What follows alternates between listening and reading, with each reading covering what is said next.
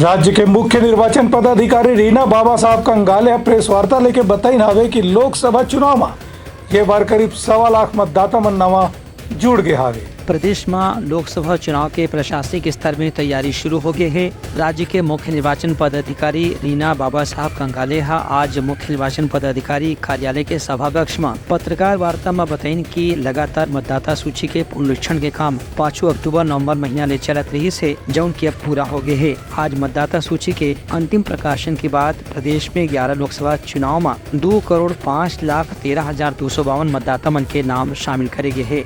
उनकर कहने रही कि लोकसभा चुनाव पर प्रदेश में 24,109 मतदान केंद्र बनाए गए हैं, जेमा सबसे नजदीक के मतदाता मन जाके भी अपन मताधिकार के प्रयोग कर सकें। 1/1/2024 के अर्हता तिथि में विशेष संक्षिप्त पुनरीक्षण का जो अंतिम प्रकाशन है वो आज दिनांक 8 फरवरी 2024 को राज्य में हमने किया है।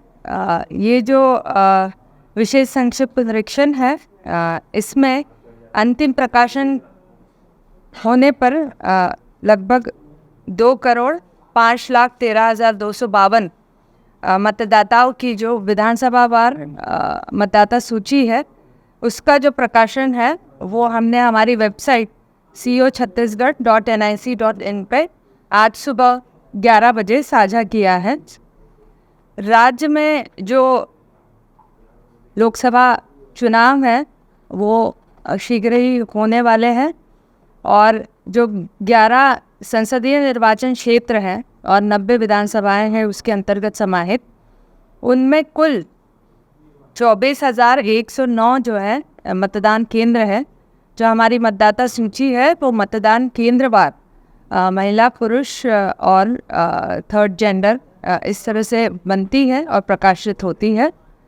जो प्रारंभिक प्रकाशन हुआ था वो हमने 6 जनवरी को किया था और उसके अनुरूप जो है कुल मतदाता 2,04,22,656 थे।